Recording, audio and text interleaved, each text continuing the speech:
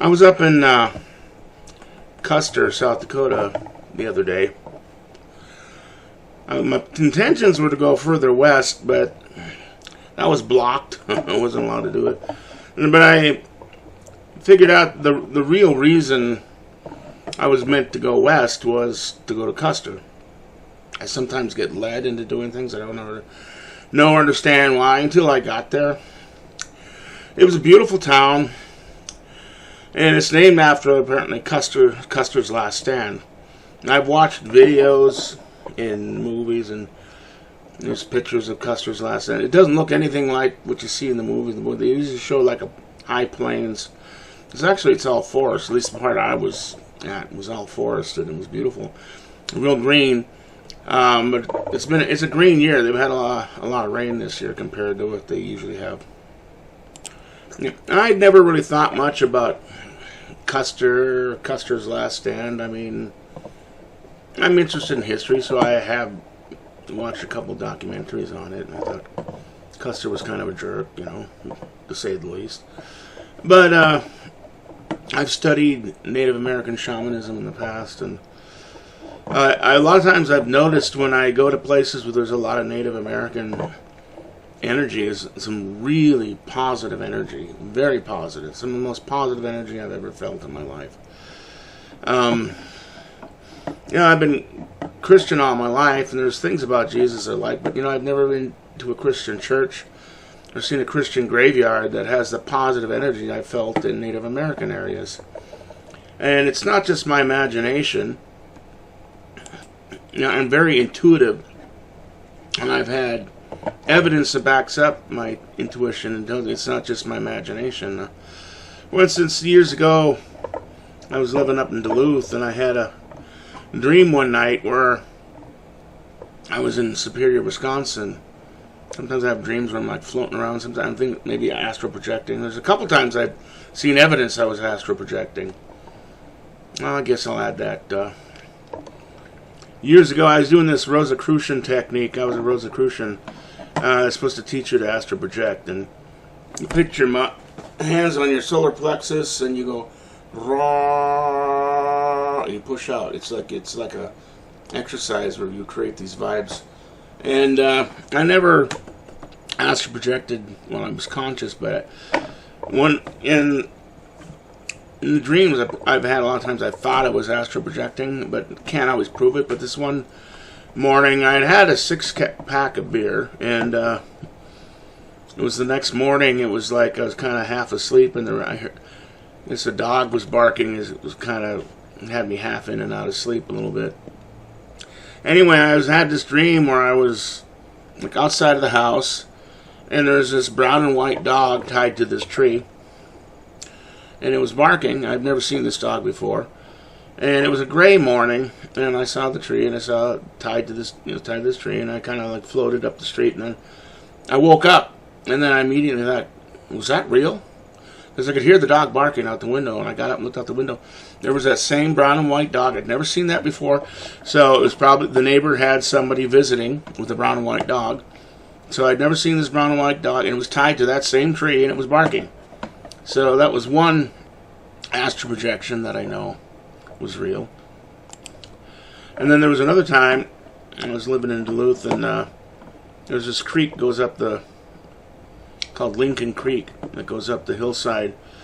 And I was floating up the creek in my dream, and there was this square culvert. It was like a perfect square, and it was made of stone. I recognize it's one of those things they made back in the CCC back in the 30s. Did these projects, and they made a whole bunch of stuff out of stonework. And I've never in the entire world have I ever seen a culvert that looks just like that. And anyway, I woke up and I thought, was that an astral projection? And so the next day I walked up that creek. I've been in that park a few times before, and I walked part way up, but I never walked all the way up. And sure enough, there was that stone culvert. The creek came out of that culvert thing. It was about maybe 10 by 10 feet or something like that, or maybe 8 by 8 feet, something. And it was exactly what I saw in my dream. And how can you call that a coincidence? It's the only culvert I've seen in the whole world that looks like that, a square culvert made of stone. I've never seen one like that before.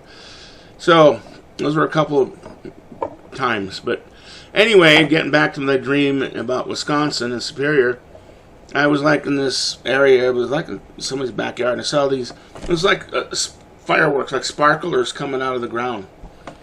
And about, I don't know, a few months later, maybe 6 months later, I was down in Superior, and I thought, I'd never been to the south part, Park Point, in Duluth, they got this, it's like a sandbar that goes, it creates the bay. They got the bay on one side and Lake Superior on the other side. It's like a giant sandbar, and it's called Park Point, but you can only go so far down. It ends, there's an airport down there.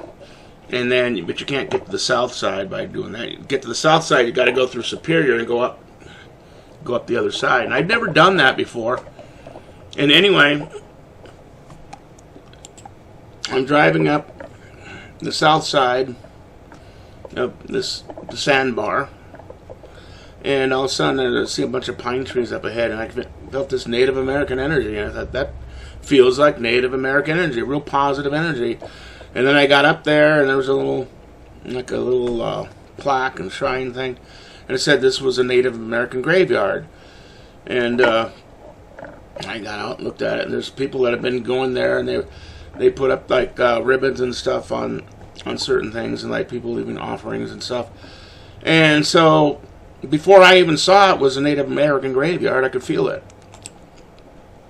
So I know my intuition is real. And anyway, when I was in Custer, I was out on this deck by myself. It was night. It's perfectly quiet, beautiful night, and the stars were real bright. And I love the energy. The energy is really good. And in the evenings, I have extreme sleep disorders. I can't sleep, so I usually smoke some medical marijuana, and I have a few shots of vodka. I was never big on marijuana. Marijuana doesn't make me high. But I started taking it. A doctor recommended it because it helps with my sleep, and it also helps. I got a lot of stiff joints, and it helps with those two things. But I don't get high from it. I don't get high from most drugs. Like opiates don't get me high either. Like I take a couple times. I've been to the dentist, and the dentist give me codeine or Oxycontin, and it doesn't do anything for me. I usually throw them away. They're halfway. I just take them because the dentist said to take them. I've got a very high tolerance of pain anyway, so they don't do anything for me. But I've heard of other people that they get codeine pills or Oxycontin from the dentist, and then they become a heroin addict. They get addicted one time. They get addicted. But I don't get addicted. But it helps me to sleep. And it also makes my thinking, it increases my intuition in some ways. So I'm sitting out there, and I usually smoke a little, but I don't smoke a lot. And then I have a few drinks because I'm trying to get. It slows my brain down where I can actually sleep. My brain runs 100 miles an hour all day long. It makes me, in some ways, very intelligent, but I can't sleep. So, and all of a sudden, I started being aware there's a whole bunch of Native American spirits in these forests, in these woods, in these hills, and it's a real positive energy. And I felt like they were speaking to me, and they wanted me to make a video. I feel like they do. And, because this is where Custer's last stand was.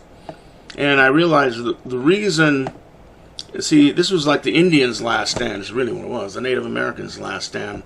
Because after this, they were pretty much pushed away on reservations, and their culture's almost completely destroyed. I mean, there's little bits and fragments of it.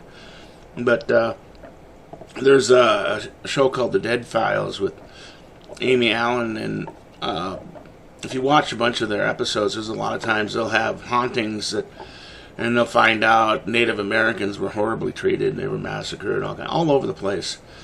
And this was one of the last stands. And one of the reasons that Indians succeeded, I found out when I was up there, is this is like a real high energy point for the Native Americans.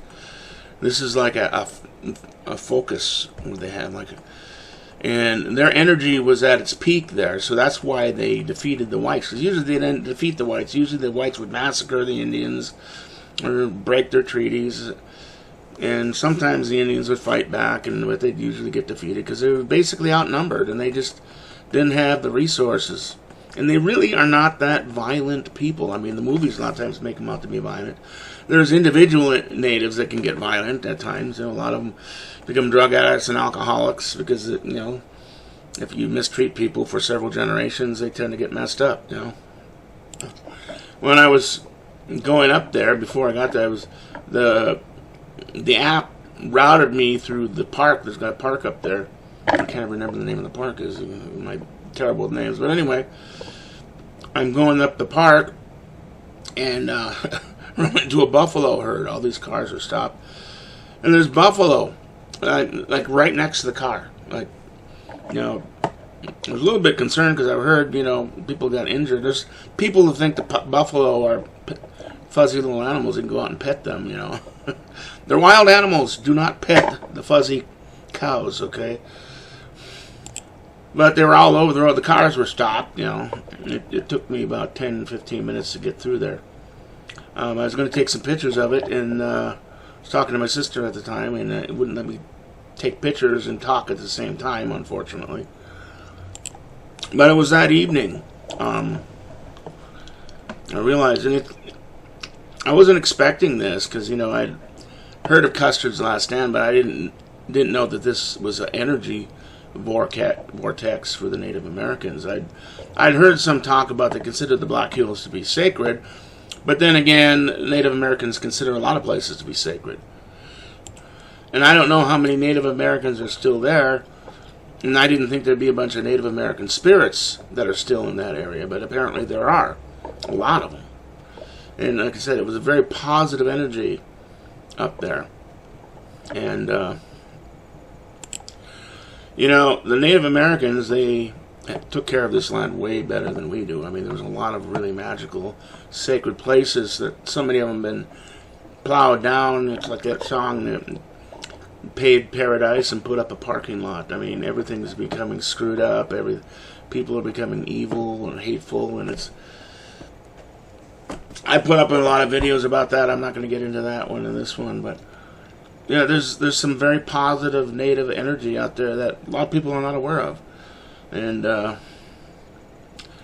unfortunately, the natives, the true natives, have been almost all destroyed. I mean, the ones that are left are usually just a shadow of what they used to be. They're, like I said, a lot of them are angry. A lot of them are drug addicts, alcoholics. They've been mistreated so long. They don't know anything about their old ways.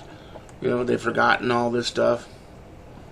And one of the things about these people, they were very, very spiritual. Maybe some of the most spiritual people on earth. They were very spiritual. And there was a lot of very powerful, extremely magical areas in places around the country where their energy is really strong. And this was one of them. So I'm just going to say that because I think this is important to talk about. And I felt like they wanted me to put the word out because hardly anybody ever talks about these types of things. Hardly anybody talks about this kind of... I mean, there was some New Age stuff involving the Native Americans, but some of that is just a bunch of BS, like Carlos Castaneda and the Medicine Woman books. A lot of it's involved with